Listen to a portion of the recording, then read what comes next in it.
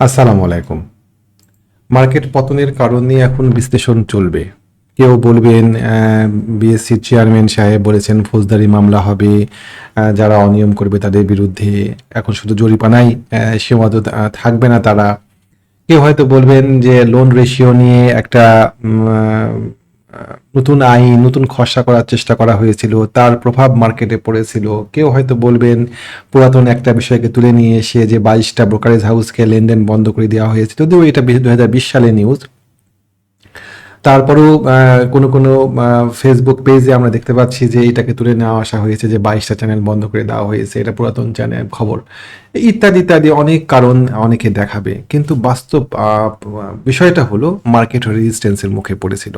আমি technical person, আমি technical দিক দিয়েই ব্যাখ্যা দিব যে মার্কেট রেজিস্ট্যান্সের মুখে পড়েছিল 5,950 থেকে 6,000 এই লেভেলের মধ্যে মার্কেটে ঐতিহাসিক শক্ত রেজিস্ট্যান্স ছিল, যে রেজিস্ট্যান্সটা আমি কয়েকবার দেখিয়েছি আপনাদেরকে যে এইটা সহসা মার্কেট পার করতে পারবে না। 6,000, এই 5,950, 6,000, এই 50 একবারে অ্যাকুরেট দেওয়া সম্ভব না। 4 ডিজিটের একটা সংখ্যাকে পিন পয়েন্ট অ্যাকুরেসি দিয়ে বলা সম্ভব না। এই জায়গাতে মার্কেটে শক্ত রেজিস্ট্যান্স ছিল। বিভিন্ন সময়ে বিগত 10 বছরে প্রায় 6 থেকে 7 বার এই জায়গাতে মার্কেট বাধাগ্রস্ত হয়েছিল। এমনকি গত 2024 সালের আগস্টের পরে মার্কেট এখানে ঠেলে উপরের দিকে উঠে গিয়েছিল, আগস্টে সেপ্টেম্বর এই সময়ের দিকে। তারপরেও মার্কেট এখানে ধরে রাখতে পারেনি, মার্কেট নিচের দিকে নেমে গিয়েছিল। পরবর্তী পর্যায়ে ঠিক এরকম জায়গাতে 5,950 থেকে 6,000 এই লেভেলে মার্কেট একটানে পার করার কথা ছিল না। মার্কেট এখানে থামবে, কিছু সময় নেবে এবং কিছুটা নিচের দিকে নামবে, এটাই ছিল বাস্তবতা এবং সেটাই হচ্ছে এখন। এবং আমি এই বিষয়টা নিয়ে বিগত ভিডিওতে বারবারই আপনাদেরকে সতর্ক করার চেষ্টা করেছি। আমি আমার ফেসবুক পেজে গত 12ই আগস্ট এই অ্যানালাইসিসটা পোস্ট করি, যদিও এই অ্যানালাইসিসটা করা ছিল আগস্টের 10 তারিখে আমার গ্রুপে এটা পোস্ট করা ছিল।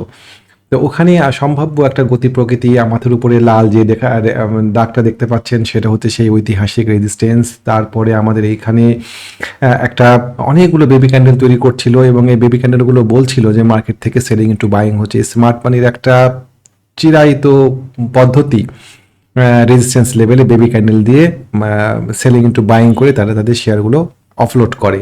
সেলিং ইনটু বাইং খুব অদ্ভুত একটা বিষয়। স্মার্ট মানি এখানে তাদের হাতে থাকা শেয়ারগুলো সেল করে এবং একই সাথে কিছু পরিমাণ শেয়ার কিনেও বাজারে গুজব ছড়ায় মার্কেট সামনে ভালো হতে যাচ্ছে ইত্যাদি ইত্যাদি। সাধারণ পাবলিককে শেয়ার বিক্রি করতে নিরুৎসাহিত করে, কিছু নতুন বিনিয়োগকারীকে শেয়ার কিনতে উৎসাহিত করে, তারা নিজেরাও কিছু শেয়ার কিনে কিন্তু অধিকাংশ শেয়ার তারা বিক্রি করার চেষ্টা করে। এটা হচ্ছে সেলিং ইনটু বাইং।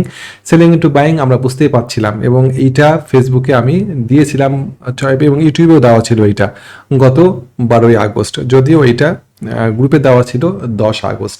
যাই হোক, আমরা চলেন আমাদের অ্যানালাইসিসে ফেরত যাই। তো মার্কেট এই জায়গায় এরকম আচরণ করবে, এটাই স্বাভাবিক ছিল।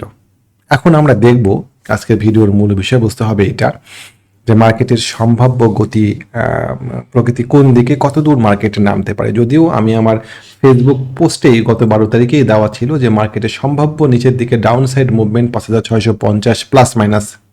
আমি আবারও বলি, 4 ডিজিটের সংখ্যাতে নিখুঁত অ্যাকুরেসি দেওয়া প্রায় অসম্ভব একটা বিষয়। 5,650 প্লাস মাইনাস 25 ধরে নেন, এরকম জায়গাতে মার্কেটের শক্ত সাপোর্ট আছে। ঠিক আছে, তাহলে পরে যদি মার্কেটের এরকম সাপোর্ট থাকে তাহলে পরে 5,650 থেকে মার্কেট মুভ করে উপরের দিকে উঠবে সম্ভাবনা আছে এবং এতে মার্কেটের যে আপসাইড মুভমেন্ট আছে, আমাদের যে আপসাইড এই মুভমেন্টটা আমরা দেখতে পাচ্ছি টোটালি, এই মুভমেন্টের কোনো ক্ষতি বৃদ্ধি হবে না। আমাদের এই আপসাইড মুভমেন্টের এগেনস্টে এখানে আমরা একটা কারেকশন দেখতে পেয়েছি, এই আপসাইড মুভের এগেনস্টও আমরা এখানে কারেকশন দেখবো আশা করি।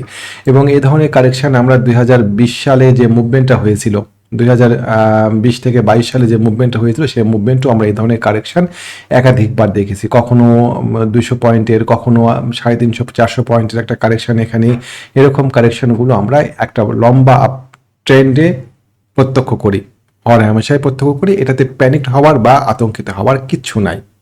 মার্কেট 5,650 যদি ভেঙে যায় তখন কিছুটা আতঙ্কিত হওয়ার বিষয় থাকবে। বিএসসি বা অন্য কোনো কর্তৃপক্ষ এখানে হস্তক্ষেপ করছে এমনটা ভাবার কোনো যৌক্তিক কারণ নাই। আমরা মার্কেটের উপরে আস্থা রাখছি, আস্থা এখনো হারাবো না। এবার আসেন স্বল্প মেয়াদে আমাদের কি করা উচিত। স্বল্প মেয়াদের ক্ষেত্রে মার্কেট ডেফিনেটলি এই জায়গাতে একটা ট্রায়াঙ্গেল করেছিল এবং ট্রায়াঙ্গেল ব্রেক ডাউন করেছে আজকে। ব্রেকডাউনটা গতকালকেই করেছে। গতকালকে যখন ব্রেকডাউন করলো তখন আমরা আমাদের গ্রুপে বলাই হচ্ছিল, বলেও দিয়েছিলাম আমরা যে আজকে একটা রিটেস্ট করবে 5,850, 5,800 এই লেভেলে ব্রেকডাউন হয়েছে। 5,850 এই লেভেলে ব্রেকডাউন হয়েছে, সুতরাং 5,850 রিটেস্ট করতে আসবে আজকে এবং এই রিটেস্ট পয়েন্টে আমরা সিদ্ধান্ত নিব যে কি করব স্বল্প মেয়াদী। তো মার্কেট 5,850 পার হয়ে 5,870 পর্যন্ত উঠলো। আমরা বেশ আশাবাদী হলাম যে মার্কেট মনে হয় যেহেতু স্মার্ট মানি যদি 5,870 উপরে স্টেবল করে যায় তাহলে স্মার্ট মানি আবার চার্টে এন্ট্রি নেবে। তো শেষ পর্যন্ত স্মার্ট মানি ধরে রাখতে পারেনি। আমাদের মানসিক প্রস্তুতি রাখতে হবে যে মার্কেট 5,650 +- এরকম জায়গায় নেমে যেতে পারে আমি আবারও বলছি। এখন আপনি কি করবেন? যদি আপনার হাতে থাকা শেয়ার আগেই পোর্টফোলিও থেকে কিছু ক্যাশ করে রাখেন তাহলে সেটা বেশ ভালো কাজ হয়েছে। যারা ক্যাশ করেনি তাদের সামনে দুইটা পথ। নাম্বার 1, 5,650 মার্কেট আসুক, আমি পোর্টফোলিও থেকে একটা শেয়ারও সেল করব না, যেহেতু আপ ট্রেন্ড মার্কেট পজিটিভ। এটা একটা সিদ্ধান্ত হতে পারে। 2 নম্বর সিদ্ধান্ত, মার্কেট আরেকবার রিটেস্ট করতে উপরের দিকে আসতে পারে। কোন লেভেলে? 5,810, 5 এরকম লেভেলে মার্কেট একটা রিটেস্ট করতে আসতে পারে আগামীকালকে। হয়তো আজকে বেশ প্যানিক সেল হয়েছে, এই প্যানিক সেলের চাপে হয়তো আগামীকালকে মার্কেট কিছুটা ডাউনে আসবে 5,750 এরকম জায়গাতে এসে মার্কেট হয়তো দিন শেষে একটা হ্যামার লাইক ক্যান্ডেল তৈরি করতে পারে বা ডজি ক্যান্ডেল তৈরি করতে পারে এবং পরের দিনকে মার্কেটের একটা আপসাইড মুভমেন্ট হয়ে 5,810 এরকম জায়গাতে মার্কেট আসতে পারে। এবং এরকম সময়ে আমরা সিদ্ধান্ত নিব যে আমাদের পোর্টফোলিও থাকা শেয়ারগুলো আমরা আংশিক সেল করব কি করব না, যদি করতে চাই। এবং এই সিদ্ধান্তগুলো একান্তই আপনাকেই নেওয়া উচিত বা নেওয়ার সক্ষমতা রাখা উচিত। এই ধরনের সিদ্ধান্ত অন্যের কাছ থেকে আসা কঠিন। এখানে নিশ্চিত বলে কোনো কিছু নাই এবং খুব বেমক্কা জায়গা থেকে ইন্ডেক্সকে চার্টকে ঘুরে দিতে দেখা গিয়েছে বা অতীতে এরকম অনেক উদাহরণ দেখা যাবে যে যেখান থেকে চার্ট ঘোরার কথা না সেখান থেকে চার্টের প্রাইস রিভার্স করেছে। তো সিদ্ধান্তগুলো নিজে নেওয়ার চেষ্টা করব আমরা পরামর্শ নিতে পারি অন্যের কাছ থেকে। আর আরেকটা বিষয় আমাদের মনে রাখতে হবে যে যদি আমরা পোর্টফোলিওতে শেয়ার সেল করি তাহলে ডেফিনেটলি কিছুটা লস হবে। এরকম মুহূর্তে আমরা যেন রিভেঞ্জ ট্রেড না করি। বড় বড় লসের অন্যতম প্রধান কারণ হচ্ছে রিভেঞ্জ ট্রেড করা। রিভেঞ্জ ট্রেড কি? আমার লস হয়ে গেল 10%, 15% বা 20%, এই লস আমাকে কভার করতেই হবে। এই কভার করার মানসিকতা নিয়ে আমরা আমাদের টাকাগুলোকে নিয়ে নতুন কোনো একটা শেয়ারের সন্ধানে থাকি, নতুন কোনো একটা শেয়ারে আমরা ঝাঁপাই পড়ে আর একটা বড় ধরনের লসের শিকার হয়ে ওই জায়গাতে। এবং এই জায়গাতে কোনো নিয়ম মানি না, এই জায়গাতে কোনো স্টপ লস মানি না, কিচ্ছু মানি না। পরবর্তী পর্যায়ে যখন শেয়ারটা পিছন দিকে ব্যাকফায়ার করে বা নিচের দিকে নামা শুরু করে তখন আমরা স্টপ লসও নিতে পারি না এবং আমাদের বড় বড় লসের শুরুতে দেখবেন যে রিভেঞ্জ ট্রেড আছে। ব্যবসাতে লাভ এবং লস এই দুইটা নিয়েই ব্যবসা। পৃথিবীর কোনো ব্যবসাতেই টানা লাভ হয় না, টানা লস হয় না। তো লসটাকে লসের স্বাভাবিক হিসাবে নিয়ে আমরা যদি স্টপ লস নেন বা যদি পোর্টফোলিওতে ক্যাশ করেন তাহলে সেই ক্যাশ নিয়ে আপাতত 1-8 সপ্তাহ মার্কেটে অন্য কোনো নতুন শেয়ারে এন্ট্রি নেওয়া থেকে বিরত থাকবেন। এই অনুরোধটা রেখে আজকের ভিডিওটা এখানে শেষ করছি, আর বড় ভিডিও করব না।